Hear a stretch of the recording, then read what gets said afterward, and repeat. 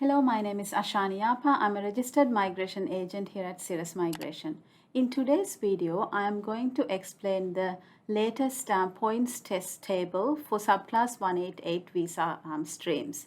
The points table that we had before 1st of July is no longer applicable. So this is going to be the new points table. To be eligible for this visa, you need to get 65 points from the table that I'm about to explain to you.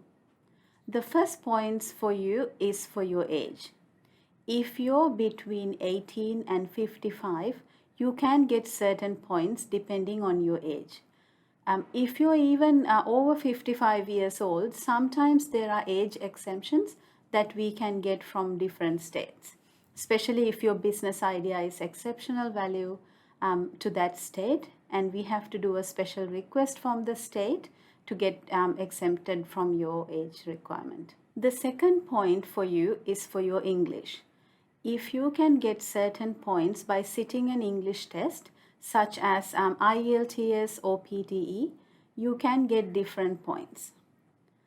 For example, if you get 5 in each in an IELTS general test, you can get 5 points. And if you can get 7 in each in an IELTS general test, you can get 10 points for your English.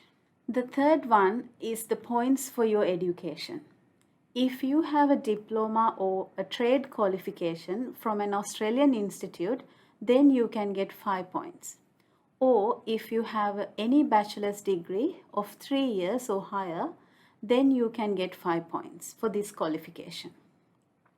But if you have a bachelor's degree in science, engineering or technology, then you can get 10 points for your education. This bachelor's degree does not have to be from Australia. The next is the points for your business experience. If you have been running a successful business anywhere in the world, it has to be a registered business, of course. You can get 10 points if your business is older than 4 years. And you can get 15 points if your business is older than 7 years. There's also a new change to the investment experience. The investment experience points can only be used if you're applying for subclass 188 under the investment stream. So if you have managed an eligible investment of $250,000 or more for over 4 years, then you can get 10 points. But if you have managed an eligible investment of the said amount for over 7 years, then you can get 20 points. Next are the points you can get for your financial assets. Financial assets are your personal and business assets held under your name or your spouse's name or your business's name. And these assets has to be held for at least 2 financial years. If you have minimum of $1.25 million worth of assets, then you can get 5 points. If you have a minimum of $1.75 million worth of assets, then you can get 15 points. But if you have a minimum of $2.25 million worth of assets, then you get 25 points. And if you have a minimum of $2.75 million worth of assets, then you get 35 points. 35 points are the highest points you can get for this category. Your next category is the business turnover points that you can get.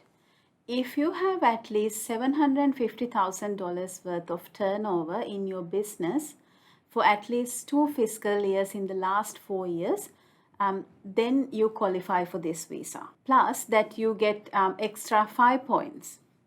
If you have $1.25 million worth of turnover, then you get 15 points.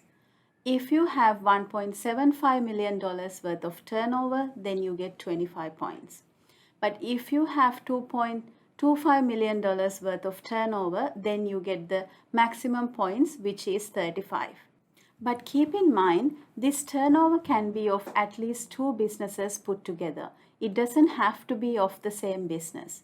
But you have to have at least 30% or more of the shares of the businesses to show that you have had management experiences and also ownership interest in that business. If you want to know more about this latest points table, or if you want us to help you with calculating your points to see if you're eligible with the new requirements for Subclass 188 visa, please get in touch with us.